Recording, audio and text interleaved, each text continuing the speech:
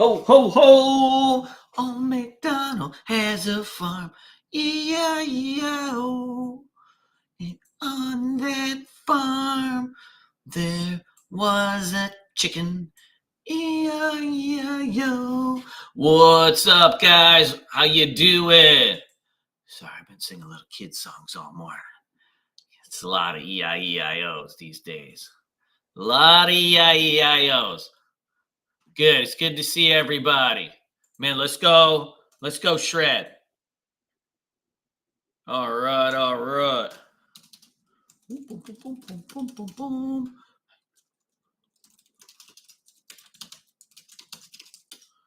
All right, all right. Hey, let me get everybody in here.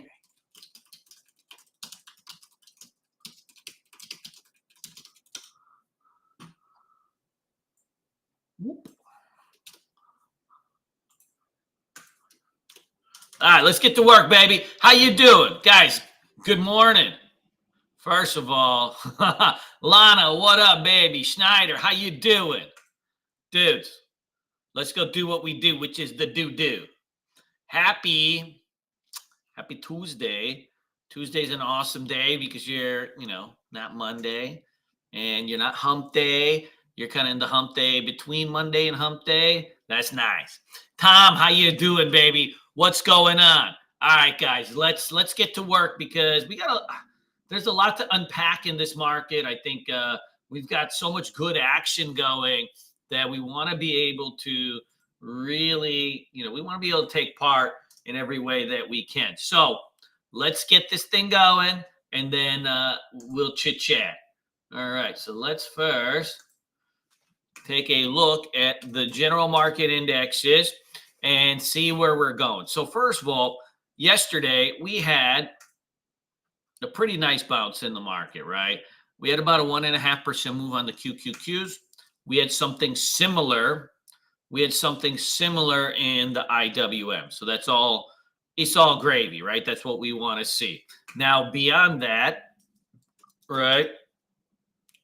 I thought the big kind of important thing that happened yesterday was that we tested into the 9 EMA on the IWM, and then it was a rocket ship, right? And we actually ended up with a trend day, which is very rare.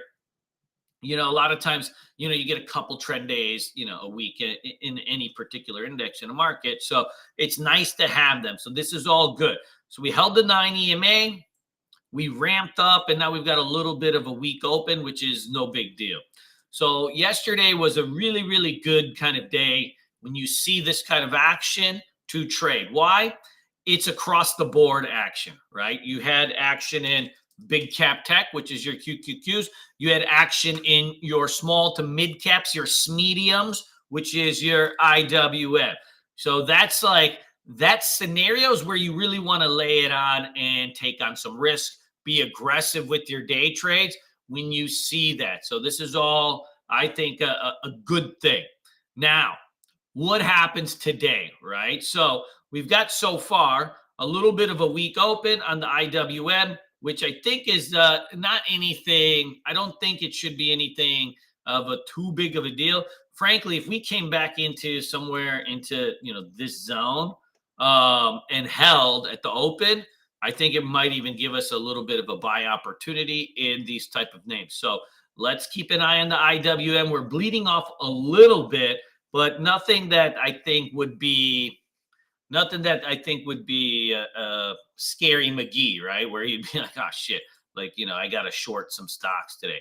And that's really important. You want to make sure, right, when you short stocks in this particular type of market, that you're not just doing it to do it. So we've got a lot of good things going. So let's take a look, right? The indexes look like a go. All right. So the indexes are a go. So now what do we do next, right? So let's just take a look, right? Let's just take a look and see what kind of news we've got out, what kind of earnings we got out, and then we'll start digging into individual stocks, which is going to be our flavor. So let's go take a look. Let's see what kind of news we got out first, and if there's any kind of economic stuff or anything that we need to really keep an eye out on today. Hold on here. Let me switch. Oh, McDonald. All right, so let's switch over here. Boom, boom, boom, boom. Boom, boom, boom, boom. All right, so if you're looking in, let's take a look here. Be noteworthy macro events. VP Harris secures enough support of delegates to get nomination. How does that even happen? Didn't she just get the thingy majiggy? I don't even know. I don't really follow that much, just for the jokes. So pre-market trade, Spot is up. Spotify, 40 points. Big breakout, HCA, DHR, SHW. I believe that's Sherman-Williams, maybe. And then Tesla's moving down. MSTR, NXPI, UPS. Ooh, FDX. These are no buenos. So we'll keep an eye on these. I think that's going to be important. And yeah, you don't want to, when like UPS and FedEx, shit their earnings, you have to be a little bit careful, because when that happens, what it's, often people will tie into is saying, well, hey, the economy must be bad, right? Because UPS is not shipping enough products or shipping enough whatever it might be, right? And so people take an inference out there. Now, on the other side of things, you may see that on UPS, but FedEx had a huge move just like a couple days, a couple weeks ago. So something to keep an eye on. Stock specific news: CLF better than reported, GE better than reported. So we've got some things here that we may want to keep an eye on. Like this GE looks like it's probably clearing out some ranges. So let's keep an eye on some of these bad boys. DHR, we got GEGM is also gapping up on some earnings. So these are probably names that we want to keep an eye on. Wall Street Journal reports that talks acquire Wiz have broken down as company to approve IPO. HCA is usually, a decent mover, right? You got this thing's up about 20 points. So we'll add this to the watch list too. IPAR, see sales coming in. Never heard of that company. That doesn't mean it's not a buenos. It's already up 10%. So these are names like we want to add. Why? Well, when you're looking at trading, what's the most crowded type of trading currently? The most crowded type of trading is people that sit there and stare at NVIDIA all day, or Tesla all day, or Microsoft all day, right? That's the most crowded type of trading. You get those stocks have hundreds of millions of shares, in volume every day. They move around, say, 2 to 3%. And it's the most crowded trade. Big traders, little traders, institutions, everybody piles into these trades. And so they do kind of whipsaw around a little bit crazy sometimes.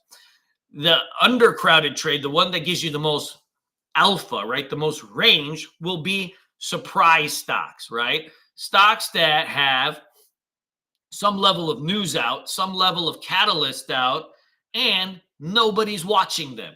They're usually going to be fresher companies, newer companies. Maybe they're starting new trends, right? Old trends, late trends usually are more tired, meaning like if a stock's been going up for a year straight and you're hoping this is the one that gets you big money, right? That's misguided. Sure, you can scalp it around for $1 here, $1 there, and that's totally fine. But that's not the stock that's going to really get you something going. Something like, one of these bad boys, like this IPAR is a new company, like if that gets some liquidity in it, like those are usually the ones that can get you some, fun in games. NXPI. So we want to be able to trade these kind of news plays. NXPI down 21 points, right? So this can weigh out a little bit on the semiconductors too. NXPI provides downbeat guidance as quarterly earnings fall. Ooh, that's a no buenos. So that's something we'll keep an eye on too. Will this weigh down the semis? PHM, I believe that's Pulte Homes. SAP, that's like the German software company. And then Spotify. Spotify usually can have some good moving. Oh, let's see here.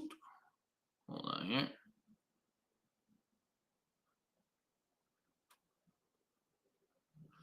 I don't know what happened over here. All right, whatever.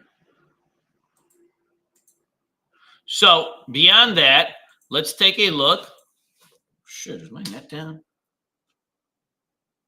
What the fuck? Hold on here. I think I lost the internet. Old MacDonald had a farm. All right, we're back. Yo, ever since this CrowdStrike thing happened, it's like my my dang browsers are all clogged up. It's like they got jizz in their eyes or something. I don't know, but they've been all clogged up. Now let's get this thing. Let's get this party going. All right. So beyond all of this fun stuff that we're doing, right? Let's take a look and see what the heck we got going on the Gapper side of things. So the next thing we want to do, go through your pre-market tabs. If anybody you guys don't have these layouts and stuff, just let me know, right? And let's start taking a look at some of these news plays. So couple little doohickeys that are happening right now, all right? First of all, these small caps have been firing off all day, right? Like every day there's something like this, like CarMax or something along that end that are just cooking and booking, right? So we've got ourselves all sorts of, this is like probably the market to do this kind of stuff, right? So if you're in the small caps, they work, a handful of months out of the year. This is probably, the time to be knee deep in them.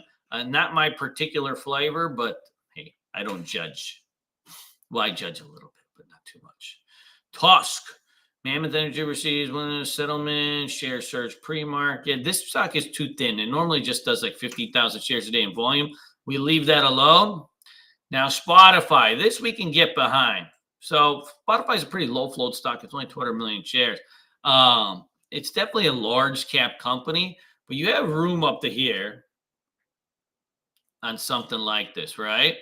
And so you have an earnings breakout that's happening, and it's clearing out basically its kind of 2-year to 3-year range, which is important. Like if you're breaking out on earnings and you have 3 years worth of range going on, I mean, that's pretty good. So we need to be super mindful of that. I think that's also this is probably something we want to keep an eye on. So let's add this Spotify. Now, there's a couple caveats to Spotify you got to always keep in the back of your head. Number one, it moves a lot, but it's very thin, meaning that it lacks a liquidity. What I mean by lacks liquidity is, right, there's always a huge monster cock spread between the bid and ask. And so it often at the open could be $2. It could be $3. It could be $1, but it comes in. Dude, it comes in with a big spread. Big spreads for some people don't matter. For other people, it's the whole ball game. In grading students' trades for like all these years and all this stuff, what I've noticed is that probably like stocks with big spreads, often there's a certain subset of student or subset of trader that it messes them up. Because what happens is if you market order it and you buy in the ask and there's a $2 spread, say you do 100, 200 shares or whatever it might be, you're immediately down, right? And then it freaks you out and you end up selling it and you sell it on the bid. And so then you lost the $200 that way, even though the stock hasn't moved. And so it requires a little bit more patience and a little bit more, you got to massage the balls a little bit better when you have a stock with a big spread. So just be mindful of that. There are certain people that it's very easy to trade big spreads because stocks with big spreads tend to also move a lot, but they do have this like inherent stress. Does that make sense? Good. Let's add this to the watch list. I want to be a part of it still if I can get a spot. Mesa says FDA accepted resubmitted biologics license application for Ryandale. Hey, if you like this kind of price stock, if this gets any volume or something like that, it's probably something you can trade. It's not my particular flavor. If I'm going to trade a $7, $8 stock, like it's got to have some mega volume. It should be doing in the millions in the morning. Does that make sense? So just something to kind of keep in the back of your head too. Oh, yeah. So let's get and then you got Genie here, not enough volume. DHR, Danner Corporation. So you can see here, right? This stock is busting out. Look at the big range that you're breaking out here. So when you're looking at a stock that's got some kind of earnings, some kind of beat out, and it's clearing out these ranges, this is where you want to be. Like this is the type of stock that everybody that's looking for the sweet spot between fundamentals and technicals. This is the sweet spot that you want to be in. Okay, I got earnings, I'm clearing out ranges. That's hot. Now the question becomes, right? Am I going to have the liquidity? So if you look normally, it's actually doing 3, 4, 5, 6 million shares a day in volume. So it's not out of the line like it should. By the time the market opens and it's moving around, it should have it. A stock like this, like I usually I'll wait for it to dip off at the open, maybe let the EMAs catch up, and then we'll see then we see what's going down. Love it though. Love this kind of name. Let's add it. Sherwin-Williams. Yo, seriously. So these guys, they just do paint, right? I go to a Sherwin-Williams store. I had to paint the nursery here. I didn't do a very good job, but it cost me so much money to get, all these coats of paints. This is an $80 billion company, more than Ford Motor Company and General Motors. These guys are the paint guys, huh? That's amazing. Good for them. Whoever is running this Sherwin-Williams is doing a good job. That's a nice little hootenanny they got there. Yeah, it's going to be $200 for some paint. That's a good business right there. Woo. Look at this thing. You got room to go. 250 million share float. Now, what do you want to look at something like this? So look, when was the last time it had earnings? The last time it had a gap? And then what was the subsequent reactions, right? So you can see here, like you had a gap up in November, and then you had this follow through, and it moved actually very, very clean. So you want to always kind of look and see, like, how does a stock react when it has, gaps? Like, is it got potential for follow through? If it doesn't, then you have to be careful. Now, previous time it had a gap up in March, right? It didn't really do anything. And so we have to keep that kind of in mind too. Now, there was no base here, right? So like, see, you gap up, there's no base. So then you don't end up really doing anything. We have a little bit more of a base here. So I think we can clear out some things here. This is not so bad. It does lack a little bit of liquidity too. So I may exit off later, but it's in the alley of what we'd like to do. HCA Holdings. So it's a healthcare company. It's also a big mamma jamma. What's with all these like $100 billion companies? They don't have any liquidity on them. That ain't cool. That is not cool. It's in the right spot here. Let's see what it normally does in liquidity. 2 million shares. Less than 2 million. Too light. For that price, that big of a price, you need a lot more juice. Hey, look, this serve is probably a pump and dump. So they announced yesterday, all right? They announced yesterday that, first of all, they were like basically an OTC company, and NVIDIA had made an investment in them, and they announced it yesterday.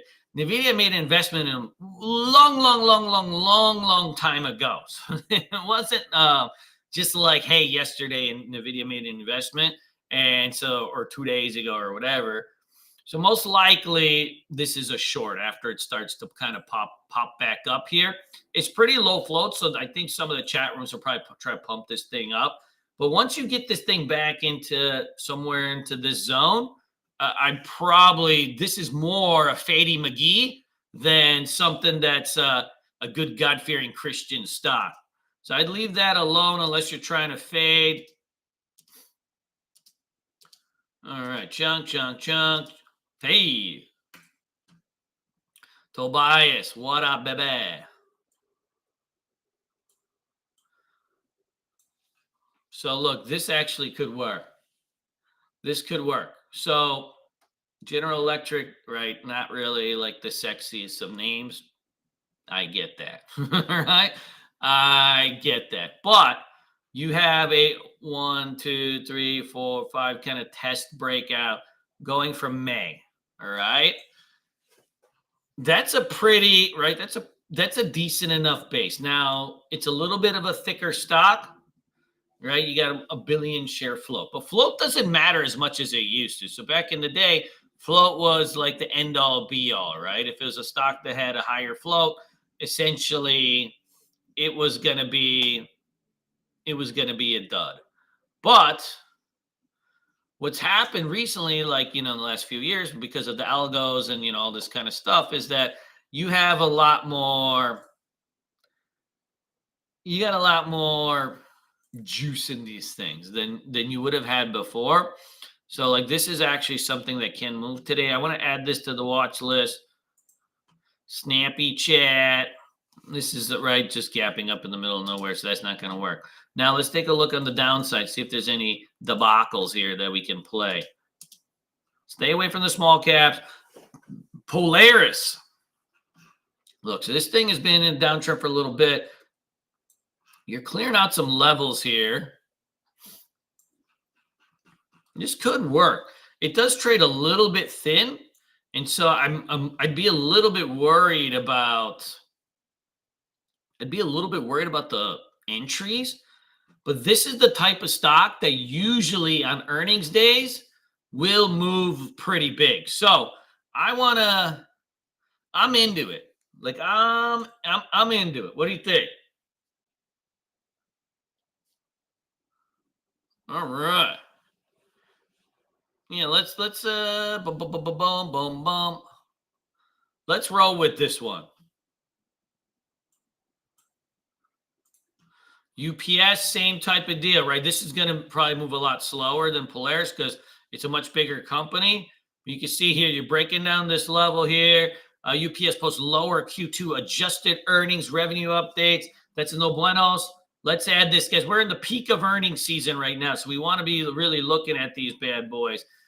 NXPI also. This, let's see if this weighs down on the semiconductors. It's a $70 billion company. It sucks to trade. It really does, but it's got really pretty good range. I think you can add that. I want to use that as a proxy, and we'll come back to all this in a sec. What I want to do is just kind of preliminary flip through some things and then narrow some shit down. All right, so that's it for the gappers. Now, so you got a handful of different types of setups that you can do. So number one, there's really kind of three buckets to trading. So number one is for 4 times a year, you have earnings season. So that's always going to be your main bucket. Your main bucket for any type of trader that's trading, less than tens of millions of dollars is looking for stocks that have catalysts, right? Stocks that have catalysts, because those are going to move in elongated manners. And so if you're trying to grow or make income, right, with limited resources or more limited resources, then you need to be in the best stocks, the best moving stocks. So we want to be into these stocks that have catalysts, right? So that's why, we make a list of gappers in the morning, and then, we go in and do what we got to do. Beyond that, right? So your second bucket is, all right, I have stocks just from a watch list that I make every night where I'm looking for certain patterns and that have momentum, right? So in our second bucket, I put this list on YouTube yesterday, but let's go through these because I think some of these are going to give the prime time opportunities. So my focus yesterday when I was scanning for stocks was to find stocks that are IWME, right? Meaning they're, small caps, mid caps, but not the, your good old fashioned pump and dumps. Hey, Ryan, what's up, baby? And looking for day 2 plays, right? So if you see something like this CGC, you're coming out of a flag pattern. You had up 17% yesterday. From here to here, it looks about 17%, give or take. And now you got a week open on this one. So this thing is a prime time candidate, right, for a potential red to green. So I kept this on the watch list. Mara I had on the watch list because it was holding the 9 EMA, but it looks like it's breaking down here. This may or may not be a big priority today. It looks like Bitcoin is also opening down a little bit, couple percent. So it may just be you're at a sweet spot here. I'd keep an eye and see if it reverses, but it may not be the priority today. CrowdStrike. I was hoping for a big gap down in this, any kind of gap down on this. I think if we get this into the 250s, we can get a decent rubber band trade. It may fade its gap off here. Let's see if it goes green to red and flushes out one more time. And then I want to look at this for a potential bounce trade. Now, this type of bounce trade is the hardest type of stock, hardest type of trade to do, the most dangerous, but also has all sorts of reward if you can nail it. But it's the most stress. So if you're a trader that does not deal well with stress, or when faced with stressful trading setups, you inherently make bad trading decisions, then you leave this type of stock alone. You go with easy setups, right? What are easy setups? Trend setups are easy setups, right? Hey, I have a stock. It thrusts up in the morning. It pulls back into the EMAs or the VWAP, right? It starts to hold, and then I buy. That's an easy setup, right? You have a stock that has news up, and it spikes, and then pulls back to the 9 EMA. It holds. That's an easy setup. A flag pattern is an easy setup. So you have certain setups that are just easy. And then you have other types of setups where they're difficult. They're more unicorn-like, right? Now, those setups, if you can do them well, they pay you big. But they inherently cause you a lot of stress, and you also have the most likely chance to blow up your account. So this is something probably, if you don't trade the stressful setups, well, just take it off your list. Don't even look at it. Adobe. Out of all the big caps, I think this one is the best. Out of all the big caps, this one is my favorite. What you have here is a couple things, all right? Number one, you had earnings out over here, right? So you had this big push, and then it flagged out. And then you had this really nice kind of 1, 2, 3, 4, 5, 6, 7-day run, right? Post-earnings breakout. That's about as good as you can get for a large cap stock post-earnings breakout, right? You move 20%, give or take. Now you spent all these days just kind of congealing, and you got two things that to be mindful of. Number one is obviously you're putting in some type of trend line over here that is coiling up the stock. The second part is you have your 200-day moving average right up under it, and then you have this 550 mark too that seems to be just like some kind of invisible support. So you have all sorts of stuff happening here. If this, and you never know, it could go today, or it may need a couple days to back and fill, but you got yourself a really nice kind of coiled up thing. So if it comes out of this trend line here, you have room into the 580s very, very quickly. It could take, judging at the ATR, the ATR is $10. So you're 550, you get to 580 in 2.5 days, right? Always remember the ATRs on stocks.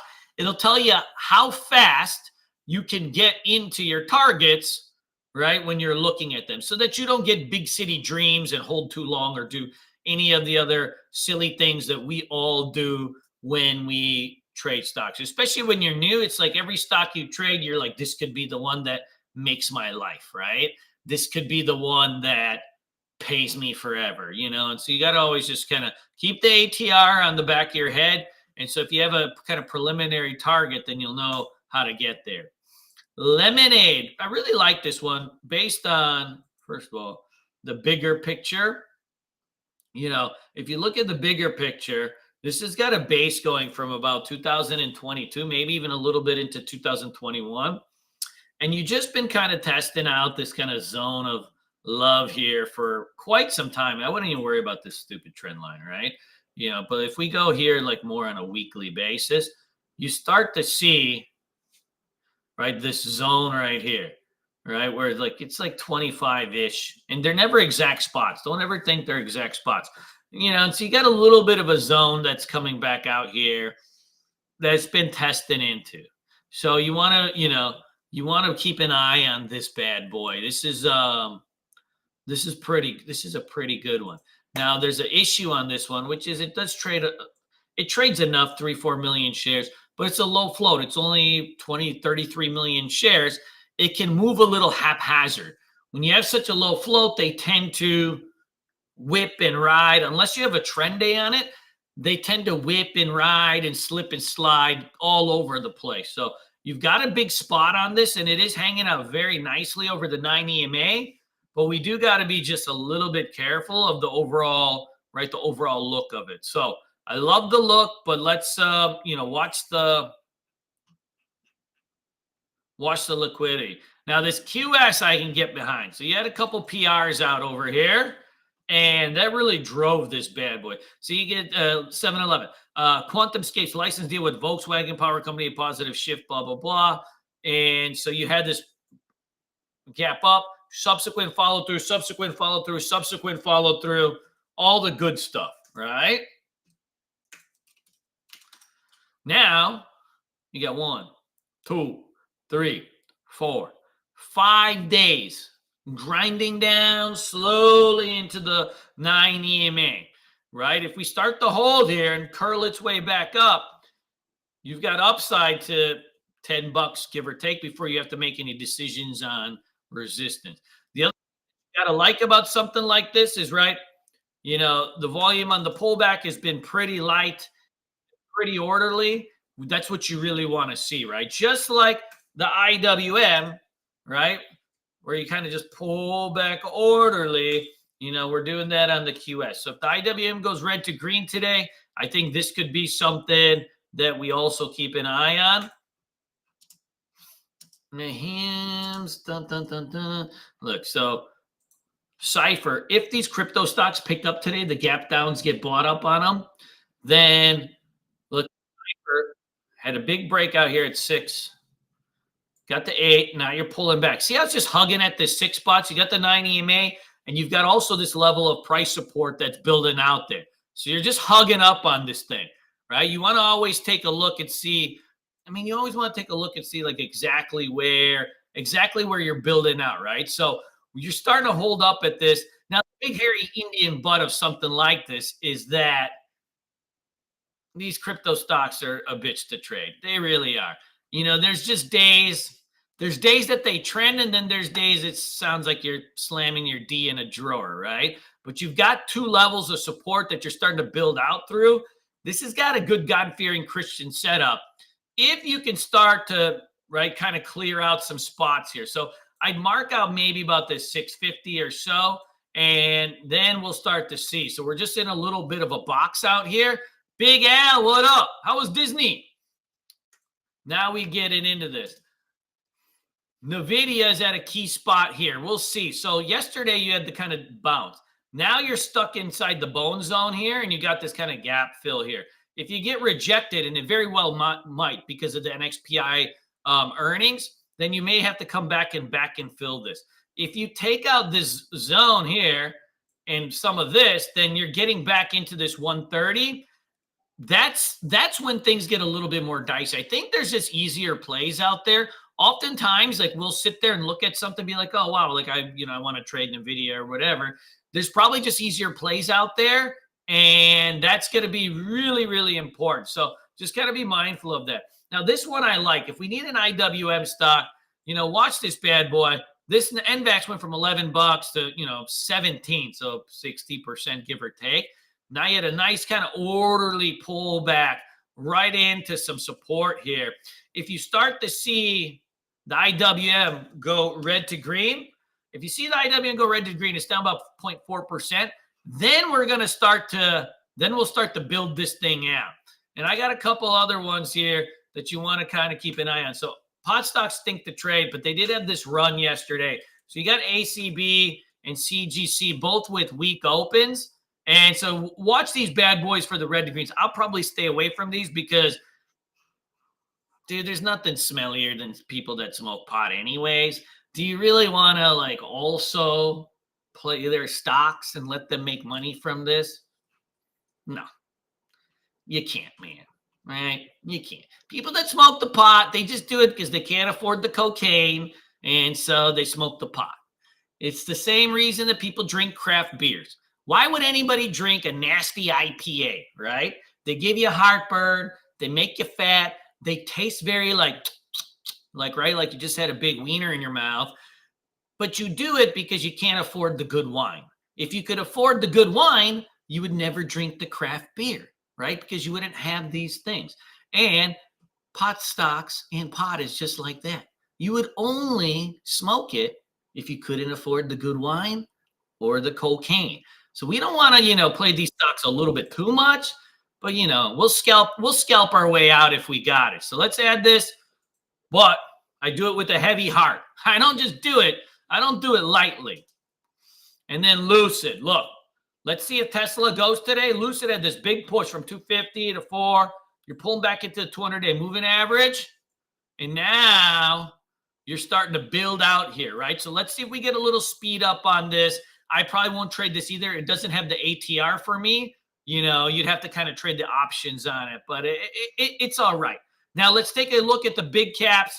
There's a little bit of just kind of a nothing burger. Tesla's got earnings out today, so you may see a little bit of a push into this. You got yourself a nice flag pattern that it's coming out of. Amazon had a 240 upgrade today, but the chart is busted, right?